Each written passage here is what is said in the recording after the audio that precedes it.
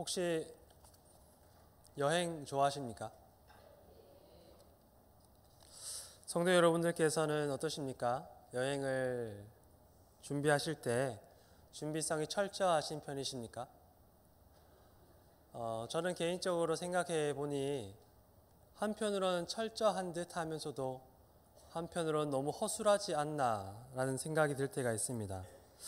그래서 수련회를 간다거나 친구들과 여행을 가게 되는 일이 있으면 너는 무슨 이런 것까지 챙겨왔냐라고 친구들이 핀잔을 줄 만큼 이것저것 챙겨가는 습관이 있습니다. 아마 어렸을 때부터 어머니께서 어딘가를 떠나게 되면 이런 일도 있을 수 있고 저런 일도 있을 수 있으니까 이것저것 다 한번 챙겨가 봐라 하고 챙겨주셨던 것이 습관이 되어서 그런 것 같습니다. 그런가 하면 한편으로 짐을 챙기고 준비하는 일이 스트레스가 되다 보니 미루고 미루다 한꺼번에 준비하느라 정작 준비해야 할 것을 준비하지 못하고 떠나게 되는 여행들도 간간히 생깁니다. 12시간 배를 타고 제주도로 향하는 여행길에는 한번 제가 멀미약을 챙기지 않아서 밤새도록 갑판 위에서 저녁 내도록 먹었던 것들을 쏟아냈던 기억이 있습니다. 군인으로 복무하기 위해 집을 떠나는 길이 일종의 긴 여행이라고 할 수 있다면 이런 여행일수록 준비가 철저해야 할 것 같습니다. 제가 군대에 있었던 것 중에 참 웃지 못할 해프닝이 하나 있었는데요. 처음에 입대를 하면서 제가 가지고 왔던 물건들이 다 집으로 돌아가게 된다라는 소식을 듣고서 정말 아무것도 가지고 가지 않았습니다. 그 아무것도 가지고 가지 않았던 것 중에는 성경책도 포함이 되어 있었는데 훈련소에 들어가니까 성경책이 너무 읽고 싶은 겁니다. 그래서 결국엔 제가 훈련소 4주차가 되었을 때 군인교회에 가서 다시 세례를 받게 되었습니다. 성경책 받으려고요. 미흡한 준비가 때로는 여행을 망치기도 합니다. 그런가 하면 여행을 준비하는 그 과정 자체가 우리에게 즐거움이 되는 것 같기도 합니다. 어릴 적 소풍을 준비하시던 성도 여러분들의 마음도 그러하지 않았을까 하고 생각해 보게 되는데요. 검정고무신이라는 만화를 저는 어렸을 적에 즐겨 보았습니다. 1960년대 중학생과 국민학생이었던 주인공이 등장하는 그 만화책에서 그런 장면이 등장합니다. 다음 날 소풍을 앞두고 밤잠을 설치는 주인공이 어머니를 졸라서 귀한 달걀을 삶고 또 녹색병에 든 사이다를 품에 꼭 끌어안고 검은색 고무신을 깨끗하게 닦은 다음에 아직 새벽은 오지 않았는데도 소풍을 준비하는 주인공의 입가에 미소가 번졌던 미소가 끊이지 않았던 그런 장면이 등장하곤 했습니다. 설교의 머릿말이 여행에 대한 준비 이야기를 전해드리는 이유는 오늘 우리가 함께 읽었던 본문이 그런 본문이기 때문입니다. 오늘 본문은 흔히 오경이라고 불리는 성경의 첫 5권 중에 4번째에 해당하는 책입니다. 한국교회는 이 책을 전통에 따라서 백성들의 수를 세었다라는 뜻의 민수기라는 이름으로 부르고 있습니다. 그러나 히브리어 성경에서는 1장 1절의 머릿말을 따서 광야에서라는 뜻을 가진 베미드바르라는 이름으로 이 책을 부르고 있습니다. 히브리어 제목이 가리키듯 이 책은 광야에서 일어났던 이스라엘의 이야기들을 우리에게 전해줍니다. 이스라엘 백성들이 애굽을 떠나서 광야에서 경험하였던 일들, 그리고 광야에서 만났던 하나님의 이야기, 그것이 오늘 우리에게 민수기라는 이름의 책으로 전해지고 있습니다. 애굽에서 400년 동안 이스라엘이 고통을 받고 있을 때 하나님께서는 그들을 그 애굽에서 부르셨습니다. 하나님의 종으로 부름을 받았던 이스라엘은 애굽의 종으로, 애굽의 노예로 지내는 시간 동안 자신이 누구인지 새카맣게 잊어버렸습니다. 그만큼 긴 시간이었습니다. 많은 사람들이 노예의 짐에 짓눌리며 신음하면서도 노예 이외의 삶을 상상할 수 없었던 시간이 400년의 애굽에서의 노예 기간이었습니다. 그런 삶의 한복판에서 하나님께서는 새 희망을 보여주십니다. 조상들에게 전해주셨던 옛 약속들을 다시금 기억하게 하시고 그 약속을 향해서 긴 여행을 시작하도록 하셨습니다. 애굽을 떠나서 올라가게 된 긴 여행 이야기, 이것이 출애굽기와 오경의 나머지 책들이 전해주는 이야기입니다. 오경 속에서 이 이야기가 조금 복잡하게 얽혀 있어서 여행의 순서대로 다시 이 이야기들을 재배치해 본다면 여행의 순서는 출애굽기 19장, 그 이후에 민수기 10장이 등장하게 됩니다. 애굽을 떠나서 출애굽기 19장의 시내 광야에 도착하게 된 이스라엘 백성들은 그곳에서 잠시 숨을 가다듬습니다. 그간 바쁘고 긴박하게 이야기들이 진행되었기 때문입니다. 모세는 시내산에 올라와서 하나님을 만납니다. 그리고 하나님을 만난 모세는 시내 광야에 다시 내려와 백성들에게 하나님의 말씀을 전해주십니다. 그리고 다시 자리를 정리하고 여행길에 나서는 이야기가 오늘 우리가 보았던 민수기 9장 다음에 등장하는 10장에서 이어지게 됩니다. 그렇다면 오늘 본문 민수기 9장은 과연 어떤 이야기일까요? 하나님께서 이스라엘의 여행을 잠시 멈춰 세우시고 그들에게 말씀하여 주시는 이야기입니다. 하나님의 약속을 향해서 떠나는 나머지 여행의 준비, 민수기 9장은 그 준비의 마지막 단계를 우리에게 보여주고 있습니다.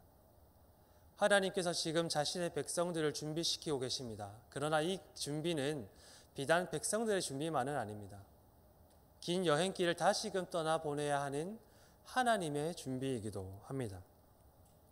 잘 준비된 여행은 그 여행을 목적지까지 안전하게 인도합니다. 배를 타고 제주도를 가게 된다면 꼭 멀미약을 챙기실 수 있기를 바랍니다. 자신의 여행을 철저히 준비한 사람은 여행을 성공적으로 마칠 가능성이 높아집니다. 더욱이 지금 이스라엘이 지나가야 하는 길은 광야 길입니다. 그 험한 광야 길을 떠나는 여행이라면 두말할 것이 없을 것 같습니다. 그런데 그들에게 과연 무엇이 필요했을까요? 군대에서 행군을 해본 남성분들이라면 먼 길을 걸어야 하는 그 길에 좋은 신발이 하나 있었으면 좋겠다 하고 생각하실지 모르겠습니다. 좋은 신발이 없다면 정말 좋은 깔창이라도 하나 있어야 하지 않을까. 가족들의 맷길을 챙기시는 어머니들께서는 가는 길이 시장하지 않게끔 든든하게 도시락을 챙겨야 하겠다 라고 생각하실 것 같습니다.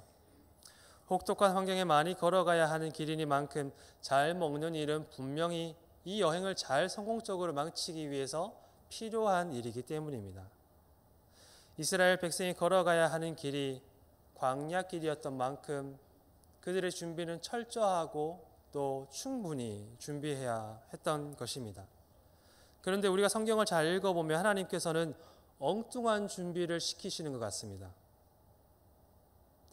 하나님께서 준비시키셨던 그 내용, 전해주셨던 그 말씀, 그 내용이 하나같이 길 위를 대비하는 여행길을 위한 준비가 아니라 여행을 마친 이후의 일들을 준비시키고 있기 때문입니다.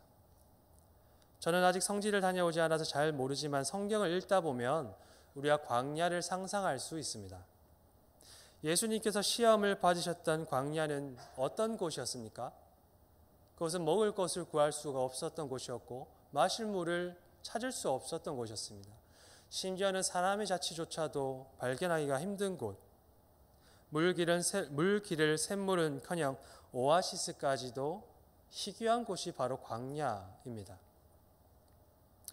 웰컴 투 동막골이라는 영화를 한 번씩 보셨죠? 이 영화에 그런 장면이 등장합니다. 강원도 산골에 함께 머물게 된 북한군 장교가 너무나도 즐겁게 공동체 생활을 영위해 나가고 있는 마을의 이장님께 이렇게 묻습니다. 어떻게 이렇게 잘 살 수 있습니까? 어떻게 이렇게 백성들이 즐겁게 행복하게 살아갈 수 있습니까? 그러자 이장님께서 이렇게 대답하십니다. 뭐를 잘 미겨야지. 이스라엘이 지금 그런 광야를 여행하고 있습니다. 먹을 것, 마실 것이 없는 황폐한 땅에서 이스라엘은 지금 모세와 아론을 원망합니다. 뭐를 잘 먹여야 하는데 그러지 못하니 지금 화가 잔뜩 났습니다. 결국 이스라엘은 배고픈 자유인이 되기보다는 배부른 애굽의 노예가 되겠다고 원성을 높입니다. 그만큼 척박한 땅을 앞에 두고서 하나님께서 백성들을 준비시키는 이야기가 오늘 본문의 이야기입니다. 혹시 자녀들이 이런 길을 여행하겠다고 하면 성도 여러분들께서는 어떤 것을 준비해 주시고 싶으십니까? 저희 어머니 같으면 광야에서 이런 일 저런 일 생길 수 있으니까 이것저것 다 한번 챙겨가봐라 라고 말씀해 주시면서 등산하러 산에 올라가시는 분들이 본인의 몸보다 더 큰 가방에 필요한 것을 잔뜩 채워 넣듯이 제게 제 몸집만한 가방을 챙겨주실 것 같습니다. 먹을 것도 마실 물도 없고 사나운 맹수와 이민족의 칼과 창의 위협이 있는 길, 그 길이 우리가 걸어가야 하는 광야길이라면 그렇게 잔뜩 채워 넣어도 부족한 길이 또한 광야길이 아닐까. 그러나 오늘 본문에서 하나님께서 단 한 가지를 준비시키십니다. 이스라엘에게 갖가지 채비를 하라고 충분하게 넉넉하게 부족함 없이 네 짐을 챙기라고 말씀하시는 대신에 그들에게 법도를 가르쳐 주십니다. 이제는 애굽의 노예가 아니라 하나님의 백성으로 살아갈 이들이 어떻게 살아가야 하는지, 내 곁에 이웃들과는 어떻게 관계를 맺어야 하는지, 또 하나님께는 어떻게 예배를 드려야 하는지 그 법도를 가르치신 후에 이 모든 것 끝에 하나님께서 가르쳐 주시는 것 단 한 가지, 그것은 하나님의 말씀에 순종하는 마음입니다. 오늘 우리가 보았던 9구절에 해당하는 본문에서 여호와의 명령을 따라 라는 말은 총 8번 등장하고 있습니다. 단 9구절에 8번 같은 말이 반복되고 있습니다. 이스라엘의 여행을 위해서 하나님께서 준비하신 것, 그것은 이스라엘의 순종하는 마음입니다. 그 길은 하나님께서 함께 하시는 길이기 때문입니다. 그 길은 하나님께서 주신 약속에 기댄 길, 그 길은 하나님의 약속을 향하여서 나아갈 길이기 때문입니다. 구름 기둥과 불 기둥은 이 여행의 성격을 가장 상징적으로 보여주고 있습니다. 사람들은 자신의 손으로 여행을 준비해야 한다고 불안에 떨 수 있습니다. 이것저것 주섬주섬 자신의 짐을 잔뜩 채워놓고 무거운 짐을 어깨에 짊어져야 한다고. 혹시 이것은 빠지지 않았을까? 이것이 부족한 것은 아닐까? 가는 길에 이것이 필요하지는 않을까? 불안에 떨 수 있습니다. 그러나 하나님께서 두 기둥 사이에서 만나와 메추라기를 보내주십니다. 광야 길 위에서 물을 내십니다. 지금 이 민족들은 갑옷도 무기도 없는 이제 겨우 노예에서 해방된 이스라엘을, 그 방랑하는 민족을 호시탐탐 노리지만 하늘 끝에 닿은 불기둥은 무엇으로도 담보할 수 없는 든든함이 됩니다. 사람에게 필요한 것을 하나님께서 준비하십니다. 그 길은 하나님의 백성이 떠나야 하는 여행이지만 동시에 하나님의 길이기 때문입니다. 그래서 하나님께서 그 백성들에게 준비시키시는 것, 그것은 단 한 가지, 하나님의 명령에 순종하는 마음입니다. 그래서 제자들을 먼 길, 여행길, 먼 길, 그 선교하는 여행길로 보내시는 예수님께서도 이렇게 말씀하십니다. 여행을 위하여 지팡이 외에는 양식이나 배낭의 전대나 돈이나 아무것도 가지지 말고 신만 신고 두 벌 옷도 입지 말라. 여호와의 명령을 따라 순종하는 마음, 여호와의 명령을 따라 진을 치며 여호와의 명령을 따라 행진하고 여호와의 명령을 따라 여호와의 직임을 지키는 이 한 가지 마음만이 하나님과 함께 하나님의 길을, 하나님의 약속을 향해 여행하는 백성들에게 그들이 준비해야 할 단 한 가지 마음입니다. 오늘 우리는 교회력을 따라서 대림절 두 번째 주일로 지키고 있습니다. 지난주 우리가 설교를 통해서 전해 들었던 것처럼 대림절은 기다림의 절기입니다. 이미 오신 예수님, 그리고 이제 오실 예수님, 그분을 기다리는 우리, 그래서 이미 오신 예수님을 기념하고 이제 오시겠다는 약속을 다시 확인하는 성탄절을 향해서 나아가는 절기가 바로 우리가 지키고 있는 대림절 절기입니다. 대림절은 어쩌면 교회가 어떤 사람들인가 하는 것을 가장 상징적으로 보여주는 절기가 아닌가 싶습니다. 이미 오신 예수님의 터 위에 세워진 교회는 예수님의 이제 오심을 기다리는 사람들인 까닭입니다. 그 기다림의 시간을 보내는 교회는 매 순간이 대림절의 시간들입니다. 예수님께서 오시면 하나님께서는 구원을 완성하실 것입니다. 모든 사람들이 바라는 평화와 사람들이 잃어버린 기쁨과 그 존재의 빛을 다시금 우리에게 회복시키실 것입니다. 요한계시록은 예수께서 다시 오시는 날, 교회가 우리가 기다리고 고대하는 그 날을 이렇게 묘사합니다. 내가 새 하늘과 새 땅을 보니 하나님이 그들과 함께 계시리니 그들은 하나님의 백성이 되고 하나님은 친히 그들과 함께 계셔서 모든 눈물을 그 눈에서 닦아주시니 다시는 사망이 없고 애통하는 것이나 곡하는 것이나 아픈 것이 다시 있지 아니하리니 처음 것들이 다 지나갔음이로라. 보좌에 앉으신 이가 이르시되 보라 내가 만물을 새롭게 하노라 하시고 그 날이 오면 이전 것은 지나가고 모든 것은 새 것이 될 것입니다. 1992년에 사회를 떠들썩하게 만들었던 사건이 하나 있습니다. 1992년의 어느 날에 예수님께서 다시 오시리라는 그 믿음을 가지고서 자신들의 삶을 내던졌던 사람들이 있었습니다. 그들은 직장도 가정도 생계도 내팽개치면서 일상을 기다림 속에 방치했습니다.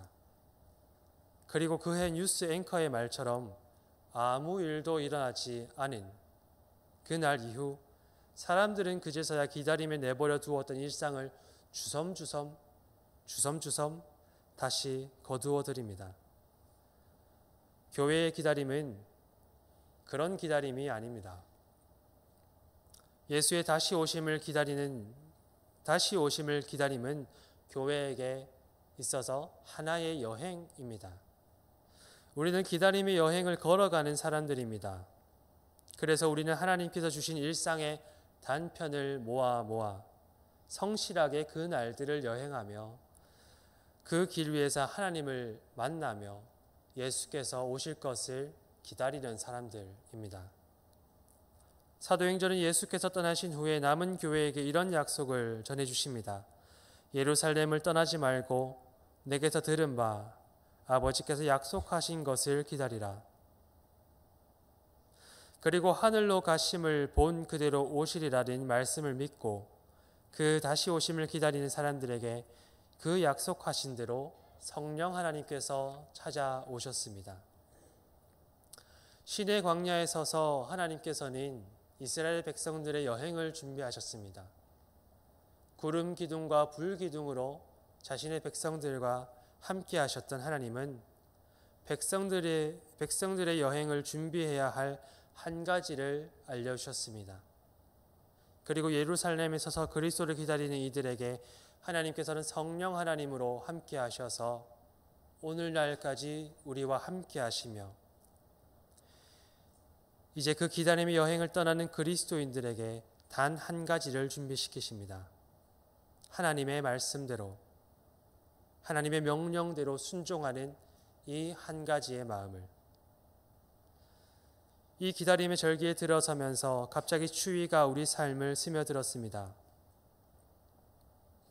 어떤 분들께는 예수 그리스도의 오심과 더불어서 새해를 기다리며 많은 계획과 준비로 이 절기를 보내시고 계실 것 같습니다. 한편으로 다른 분들께는 이 절기가 창문 틈새로 넘어 들어오는 찬 바람처럼 삶을 으스스 떨게 만드는 힘겨운 시기가 아닐까 하고 생각해 봅니다. 황폐하고 척박한 땅 위에서 무엇을 먹을까? 무엇을 마실까? 언제까지 이 험난한 여정을 계속해야 할까? 하는 그 무거운 마음이었던 이스라엘의 심정은 바로 오늘날 우리의 심정이 아닌가 하고 다시금 생각해 보게 됩니다. 예수 그리스도의 오심을 기다림을 일상으로 여행하는 우리의 마음이 난방비에, 취업난에, 회복되지 않은 경기에 무거워진 우리의 마음이 아닌가 하고 생각해 봅니다. 그래서 이 험난한 여행길에 마음이라도 든든하게 하려고 이것저것 많은 것을 염려하시면서 또한 준비하고 계시지 않은가. 그러나 하나님께서는 준비를 다 마치셨습니다. 예수 그리스도의 약속대로 성령 하나님께서 성자 하나님을 향해 기다림의 여정을 걸어나가는 교회와 함께 하십니다. 그분이 여러분들과 함께 하십니다. 불기둥과 구름기둥으로 함께 하신 하나님은 이제 성령 하나님으로 바로 우리와 함께 하십니다. 교회의 기다림의 여정에 그리고 새로운 한 해의 여정에 길을 내시고 그 길을 인도하실 준비를 다 마치셨습니다. 광야에서 그 삶을 다 채우셨던 것처럼 기다림의 길 위에서 우리의 삶을 하나님이 돌보실 것입니다. 이제 하나님께서 우리의 마음을 온전하게 준비시키시기를 기도합니다. 여호와의 명령을 따라 순종하는 마음, 하나님의 말씀을 듣기를 사모하고 그 말씀에 우리의 전 삶을 기꺼이 순복시킬 마음이 우리 교회와 함께하면 좋겠습니다. 염려하여 이르기를 무엇을 먹을까, 무엇을 마실까, 무엇을 입을까 하지 말라. 너희 하늘 아버지께서 이 모든 것이 너희에게 있어야 할 줄을 아시느니라. 그런즉 너희는 먼저 그의 나라와 그의 의를 구하라. 그리하면 이 모든 것을 너희에게 더하시리라. 기다림의 여행길에 오르신 교회 여러분, 우리의 마음이 철저히 준비될 수 있기를 소망합니다. 그 길은 홀로 걷는 길이 아니라 하나님께서 인도하시는 길입니다. 우리보다 앞서 가시고 우리의 삶을 채우시는 길이 바로 우리가 여행하는 우리의 일상의 기다림의 길들입니다. 오직 하나님의 말씀에 순종하는 마음만 우리가 준비할 수 있기를, 그래서 한 사람도 떨어지지 않고 약속된 그날에 이를 수 있게 되기를, 그런 하나님께서 사랑하시는 모든 교회 여러분이 되시기를, 그런 새로운 한 해가 되시기를 기도하며 또한 소망합니다. 함께 기도하시겠습니다. 하나님, 우리에게 이 한 가지를 허락하여 주십시오. 하나님의 말씀에 순종하는 마음, 하나님의 말씀을 따라서 가고 서는 우리의 삶의 모습들, 하나님께서 우리의 삶을 인도하시며 그 삶 가운데 함께 하실 뿐만 아니라 우리의 필요를 모든 것을 다 채우실 줄을 믿습니다. 이 믿음으로 오직 주님의 말씀을 사모하며 그 말씀 듣기를 간청하며 그 말씀에 순종하는 마음만 우리가 준비할 수 있도록, 그래서 새 한 해 우리를 인도하실 그 길이 하나님과 함께하는 길이 될 수 있도록 우리에게 은혜를 베풀어 주시고 인도하여 주십시오. 감사드리며 예수님의 이름으로 기도드립니다. 아멘.